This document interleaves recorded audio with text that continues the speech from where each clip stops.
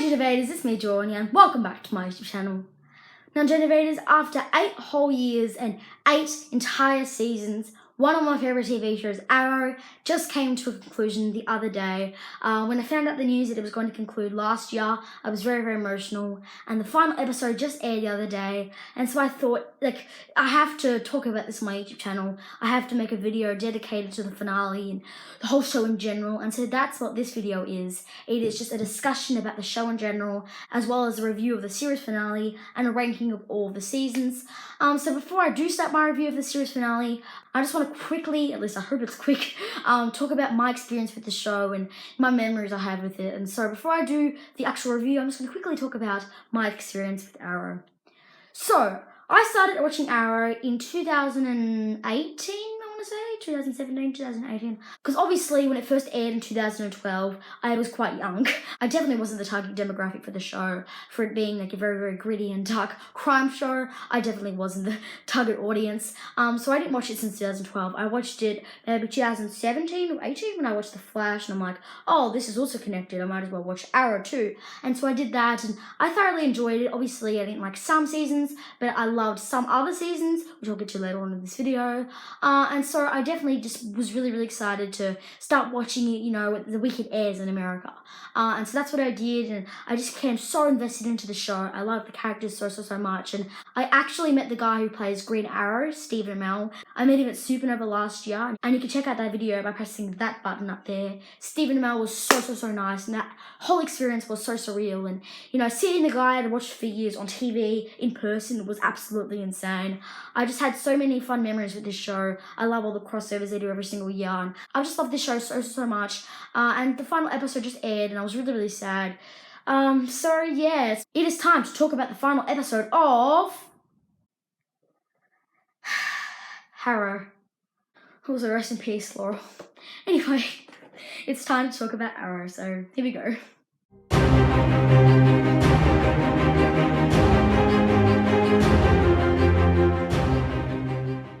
Okay, so before I start this review, I just want to say that I won't talk about that tribute special documentary thing with interviews of all the cast that aired before the episode. I won't be talking about that in this review, although I did find it very, very emotional, especially, you know, every time Stephen came up on screen and he was crying because, you know, he was very, very sad, and you could really, really see that on his face. I thought it was very, very emotional. I did like it a lot. Okay, now let's talk about the actual episode. So the series finale opens up with a "My name is Oliver Queen" intro, which was really, really cool.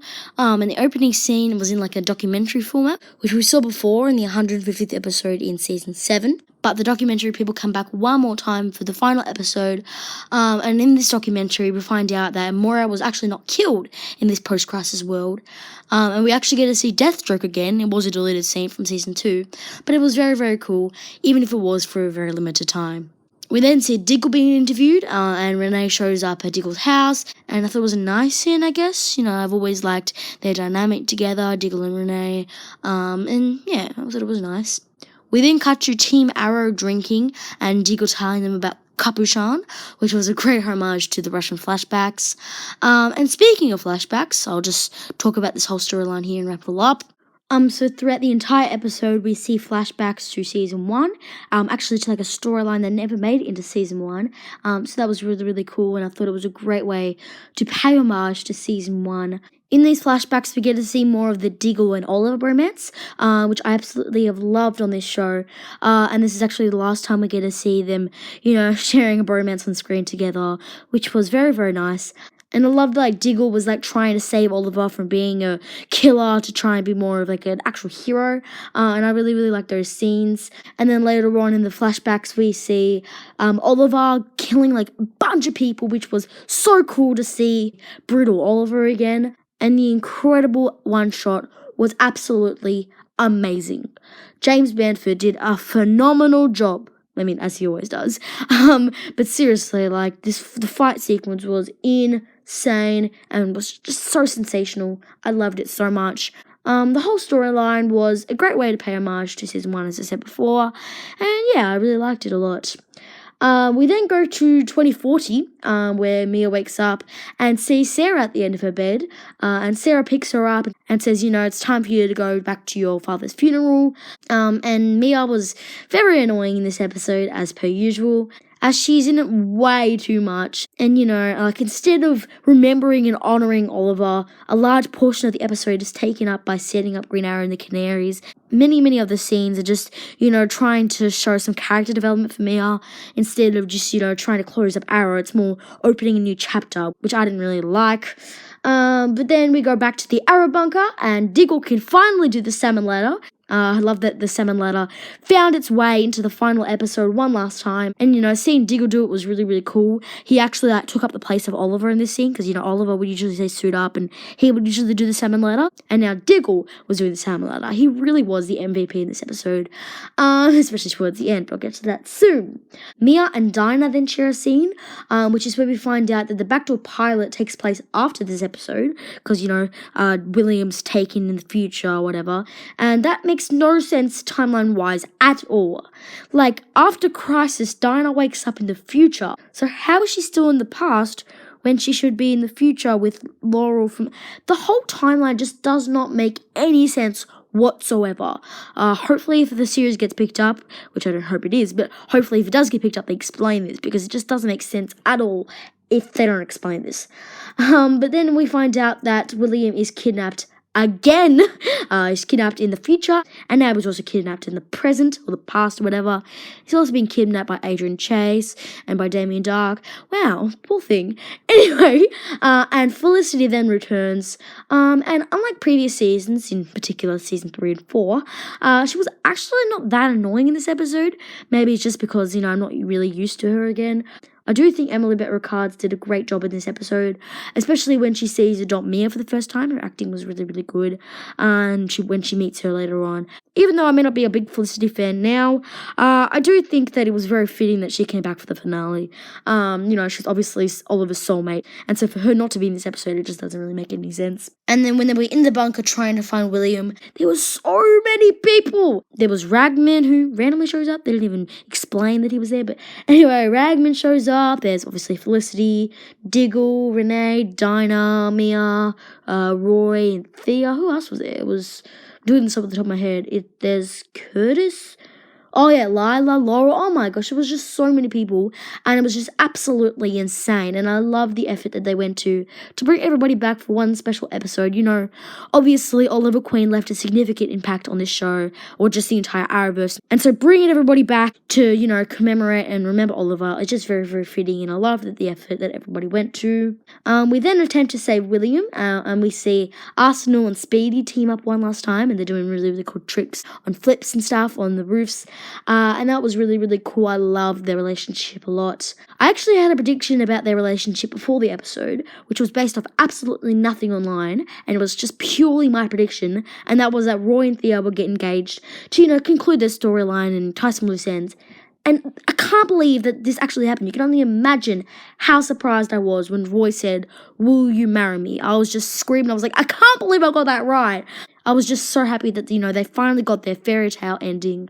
And so, yeah, I've always loved their relationship on the show, and I'm so happy that it got to conclude in this episode. Team Arrow then goes to Cord Industries, I think it was, to find William, but they have no luck. Mia Smoke, aka Green Arrow, goes onto the roof, and Kat McNamara puts on a very threatening voice, which didn't really suit her.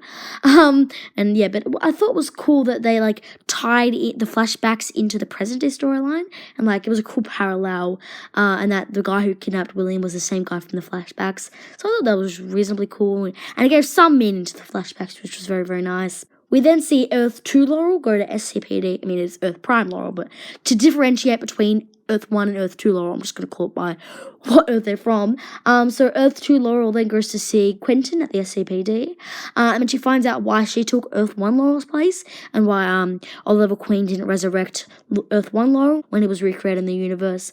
And I thought it was a very, very emotional scene.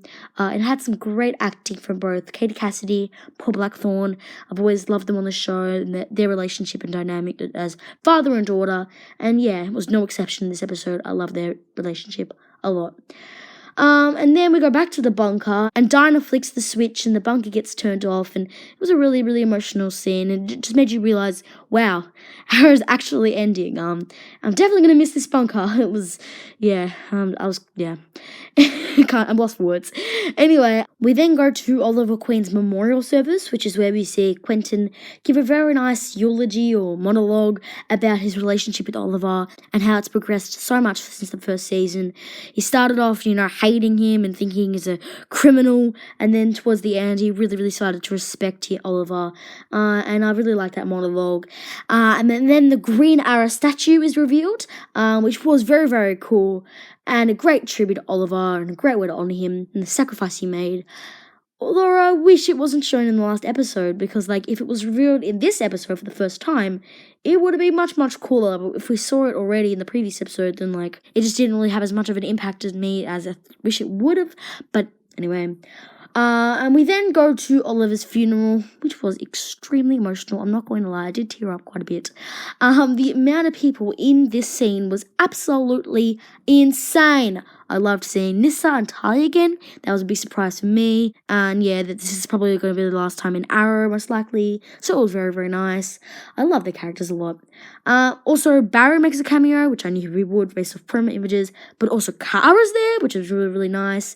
Anatoly's there, and Emiko's there, and she concludes her storyline and redeems herself from season 7, which was a terrible villain in my opinion. But anyway, and I thought the whole scene was just very, very cool and extremely emotional. As I said before, I just love how much effort they put in to bring back as much people as they can for this one special episode. It really paid off how many people came, and I really, really loved that a lot. Although, I have an issue. I do not like that all the dead characters, except Robert, returned, as it takes away the impact their deaths had. In particular, Tommy Merlin. His death was extremely moving and, had a major impact on Oliver, which led to him not killing anyone anymore. And his resurrection just takes away all the emotion it had. While I do see why it's satisfying that they got to live, I personally don't find it satisfying, as it takes away the emotional depth the deaths had. Oh my gosh, I have no idea how many times I said that before I got it right. Anyway, and then we have another eulogy, and this is Diggle this time, which was very, very fitting that he said it, not just Curtis or something. It was Diggle, his brother, and I love that he said it. We see Renee starting up his mayor run, and, leading to the journey that we saw in episode 9, which is back to a pilot. So, good on Renee. Hopefully he's not corrupt like he was in the previous video. But anyway, we also see Dinah get on a motorbike, and we find out that she's been driving on the Oliver Queen Memorial Drive, which was very, very nice. But then we see Diggle look up into the sky and see a ship or whatever it was, meteor or whatever, crash into him. And then we see him opening up a box which has a green glare, which we obviously know is the Green Lantern reference. And he's officially going to become Green Lantern. Obviously, we don't know where this is going to lead. But it was absolutely insane, and I really do hope to see it continue. He did say he's moving to Metropolis earlier on in the episode, so I really hope he appears in Superman and Lois. But even if he doesn't, this teaser was still insane regardless, and I'm actually glad that they gave some conclusion to the fan theory that's been going around for years, and it was just pure fan service. So thank you guys so much, Arrow. We then see Felicity in the Monitor, which for some reason he's still alive. I don't know how that's possible timeline-wise, because it just doesn't make sense, because he died in Crisis, and Crisis didn't happen. Anyway, and Felicity is sent through this portal into the afterlife. She reunites with Oliver one last time. And look, I may not be an Felicity shipper. I'm not really a big shipper on many couples, but I definitely see why this could be a satisfying conclusion for people who do ship them, and their relationship and everything. I think it was a fitting end to the episode, as well as to, their respective storylines, but I don't know, I just wish it would have ended with, the gravestone or something like he has saved the city or something like that, rather than Felicity. But however, that didn't really take much away from the episode, because the rest of the episode, it does a great job of concluding the storyline, that having this one scene at the end didn't really take away much. So overall, I think this episode was a reasonably slow burn. I wasn't really interested in the flashbacks as much as the present day storyline, so that did take away a lot from the episode in my opinion. However, it was a great way to pay homage to season 1, as I've said many times, and this entire episode was a great way to pay homage to the entire show, and I just loved how many people appeared to honor Oliver, and they gave her a statue and everything, and I just think that they honored Oliver and the sacrifice he made very, very successfully throughout the whole episode. James Bamford had incredible direction throughout the episode. As I said before, the one shot was amazing. So overall, I'm going to give this episode a 7.9 out of 10. It wasn't a 10 out of 10. I'm just going to say how it is. I didn't think this was the perfect ending for the show. But, obviously, Oliver's dead. So, what are you going to do with Arrow from there? And I think they did a very, very good job of wrapping up as much as they can. But, even though there were areas that could have been improved, at least in my opinion, it was still a very emotional and reasonably satisfying conclusion nevertheless. Alright, so that's it with the review. Now I'm going to rank all seasons of Arrow from the worst to the best. And so kicking off this ranking at number 8 is Season 4. Oh boy. Now, look, I don't actually hate this season as much as other people do. I didn't think it was absolutely garbage. I think it had some good things about it. In particular, Damien Dark. I loved the villain. I think Neil McDonough portrayed him very, very well. He was so charismatic, and I really, really loved him as a villain. He was very, very overpowered for a Green Arrow show, so I didn't like that. But he was a good villain. But what I did not like about the season at all is all the Felicity drama. I think that was just very, very annoying and took away so much from the season. Felicity was extremely annoying this season, especially in the crossover. That's what brought that crossover down for me in the ranking for my previous Crisis review. So I just think that, if they got rid of all the Felicity drama and focus on, just Oliver Queen fighting and, stopping crime, I think that the season would have been definitely not number 1, but, it would have been okay. I also didn't like that Laurel died. I really hated her death. I think it was so pointless and, it's just so frustrating to the comics and just a betrayal of the show. But yeah, look, I don't think it was necessarily absolute garbage, but it was not good content. I did not enjoy watching it. I didn't enjoy the hacking towards the end either. I don't know, I just didn't like this season. But anyway, let's move on to number 7, which is Season 3. Now look, for Season 3, they had a very, very good idea. They had a good villain of Ra's al Ghul and, a reasonably good storyline to go along with of, Oliver joining the League of Assassins to, try and be undercover and everything. I think that was a really, really good idea, and I loved the idea that they had behind of, the whole League of Assassins and everything, and especially when Oliver gets pushed up a mountain. It was absolutely just jaw-dropping. But the execution that they had of the storyline and everything was not that great. I saw what they were doing, but I didn't think it was very well executed. Felicity is also very, very annoying in this season. The whole will they, won't they was just really, really annoying, especially towards the final couple of episodes. It started off really well this season, but towards the end, something about the season just did not click with me. So, yeah. Now, let's move on to number 6, which is Season 7.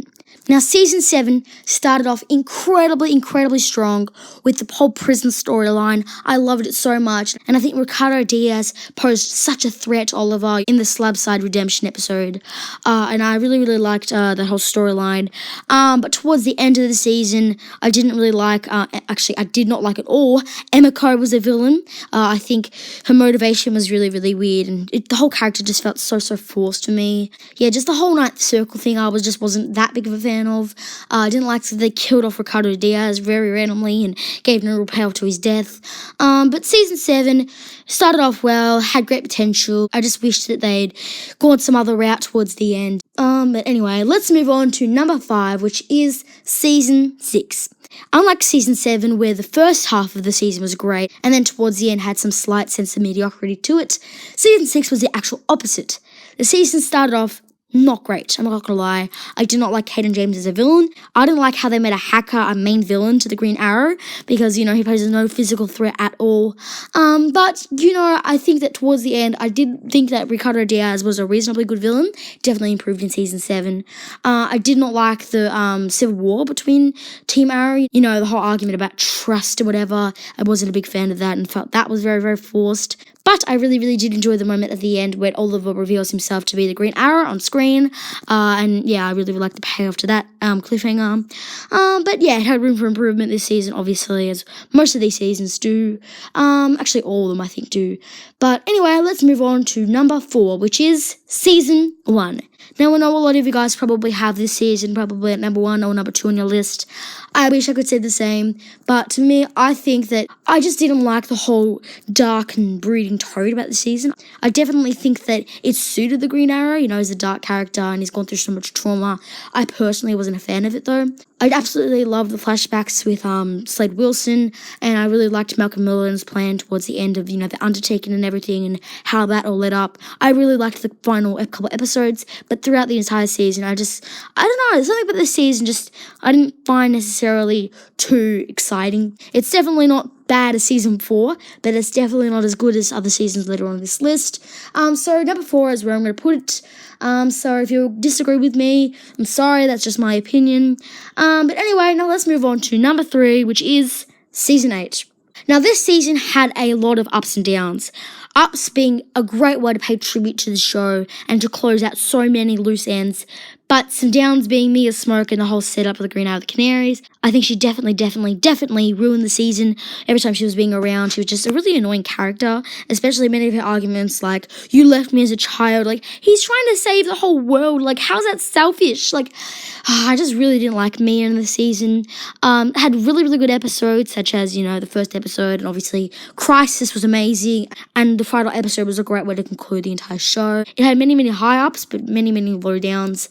I definitely liked this season. It's just a shame that Stephen Amell didn't really want to do it, because, you know, he actually said on a podcast with Michael Rosenbaum that he didn't want to do the season, he just did it for the money. But anyway, I definitely really enjoyed this season. Now let's move on to number 2 on this list, which is Season 2. I absolutely love this season. I think Slade Wilson was just such a great villain. His rivalry with Oliver was absolutely amazing, especially, you know, when he kills Moira and you could really, really see the pain on Oliver's face when that happens. I love Manu Bennett as Slade. He just did a great, great job. Flashbacks are really good in this season. I love the whole Mirakuru storyline, and I just loved everything about this season. I didn't necessarily love the Brother Blood storyline, and didn't really necessarily love Isabella Brocheva either, but it was a very, very nice season. I loved it so much. Definitely towards the end, really, really picked up for me, but coming in first place is Season 5. This may be surprising to a lot of you, as I know that it has many, many ups and many, many downs. Downs being, you know, I didn't necessarily love the mayor storyline. I thought it was cool that Oliver Queen was mayor, but the whole political aspect, I just didn't necessarily love the political aspect to it. But I absolutely loved Adrian Chase as the villain. I thought his rivalry with Oliver, like Slade, was absolutely amazing, especially when he gets Oliver Queen to confess to killing people in Capuchan. That episode was so amazing, and I just loved Adrian Chase, and, you know, even before he took off his mask, he was just an incredible villain. And at the very, very end, of course, when he's on the NU and the entire island explodes, even though they didn't really have much of a payoff, it was just absolutely insane, that cliffhanger. I also really love the new Team Arrow dynamic too. You see Ragman, you see Curtis, you see Artemis, and her betrayal was really, really cool. I loved Season 5. So yeah, that comes in at first place. And if I had to rank all of the episodes of Season 8, I'll just do this very, very quickly. It'd be number 10, Green Arrow and the Canaries. Number 9, Present Tense. Number 8, Prognost. Number 7, Leap of Faith. Number 6, Reset. Number 5, Welcome to Hong Kong. Number 4, Purgatory. Number 3, Fade Out. Number 2, Starling City. And number 1, Crisis on Infinite Earths Part 4. So that is my list, and yeah, that is the video. So thank you guys so much for watching this video. Let me know if you agree with my score for the series finale in the top right corner of this video. Be sure to subscribe and turn on the post notifications so you guys know when I upload a video. That is it. That is all I have you guys today. Thank you guys so much for watching this video. I really appreciate it, and I will see you guys next time. My name's Jordan, and I am out. Bye!